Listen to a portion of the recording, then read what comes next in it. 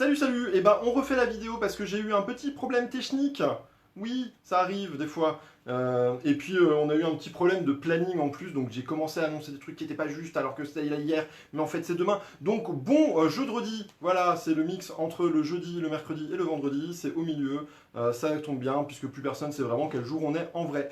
Aujourd'hui, je voulais vous parler d'une série que j'apprécie énormément, qui était dans le prix Manga Addict de l'an dernier. C'est une série qui nous immerge dans le folklore japonais. Si vous êtes fan de yokai, si vous êtes fan des Oni, si vous êtes fan du Japon féodal, et ben c'est une série qui est faite pour vous. C'est une série très courte, puisque c'est une série qui est finie en 8 tomes, qui s'appelle Kanen comme chien et singe. C'est sorti chez Doki Doki, c'est Fuetsudo et Ichimura Hitoshi qui nous le proposent. Et c'est une série qui nous raconte en fait l'histoire d'un petit village. Un petit village où, grosso modo, tout se passe bien, hein, il vit sa vie de petit village, sauf qu'il est en proie à un mauvais esprit. Mais mon mauvais esprit, c'est plus un esprit un peu pénible qu'un esprit dangereux. Hein. Il fait des blagues, il vole des pommes, il est pénible et il est relou, mais c'est à peu près tout.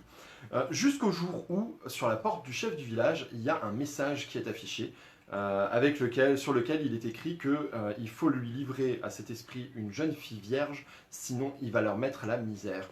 Alors, les pommes, ok, les jeunes filles, moins d'accord, hein, dans le patelin, donc ils décident de faire appel à un exorciste.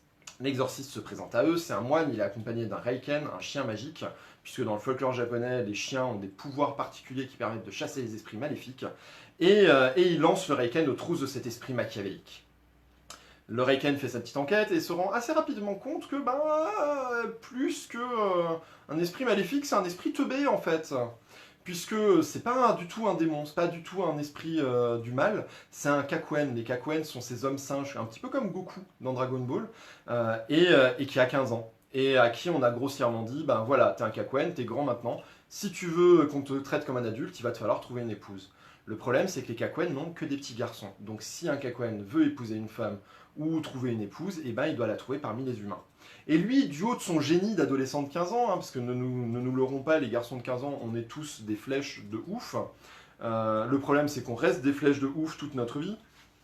Et ben, du haut de son génie, il s'est dit, draguer, c'est quand même super compliqué, ce sera vachement plus simple d'aller voler une fille là où je vole des pommes. C'est pas bien, faut pas faire ça. Vilain Kakuen, méchant. Et le Reiken se rend compte que, en fait, il est pas dangereux, il est juste idiot comme n'importe quel adolescent de 15 ans. Désolé les adolescents de 15 ans.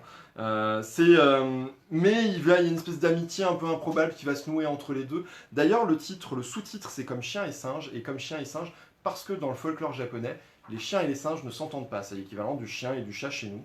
Donc il y a une espèce d'amitié explosive qui se noue entre eux. Ils vont vivre des aventures un peu improbables, puisque ce Reiken va se prendre d'affection pour lui, en se rendant compte que plus que dangereux, c'est surtout un ado qui est un peu paumé et qui est très seul, et qui n'a pas une histoire forcément joyeuse, à l'instar de tous les Kakuen, puisque aux yeux des humains, pour la plupart, ce sont des monstres, et que c'est pas très très élégant forcément toujours leur vie à eux.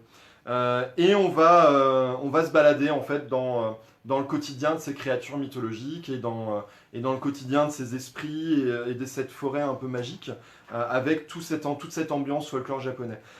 En plus, non seulement c'est vachement bien écrit, vachement bien raconté, mais superbement dessiné comme vous pouvez le voir. Donc voilà, c'est une très très bonne série, c'est Kanen comme chien et singe chez Doki Doki.